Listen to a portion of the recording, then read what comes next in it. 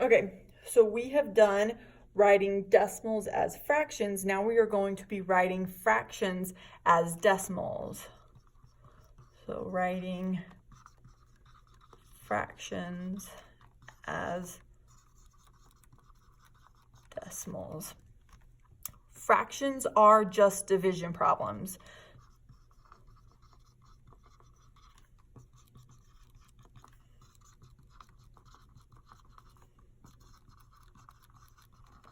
They are division problems. It is your top number divided by your bottom number. So if I give you a fraction and our fraction is 5/4, then really what that means is 5 divided by 4. And after you type that in your calculator, you're going to get 1 and 25 hundredths, 1.25. Okay.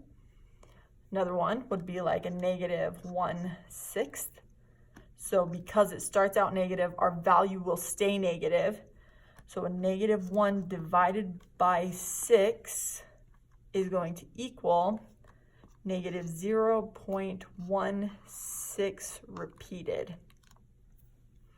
Just so you guys are aware, this negative is just saying this whole value is negative. So over here, I did a -1 divided by 6. I could have done 1 divided by -6 because that keeps it negative as well.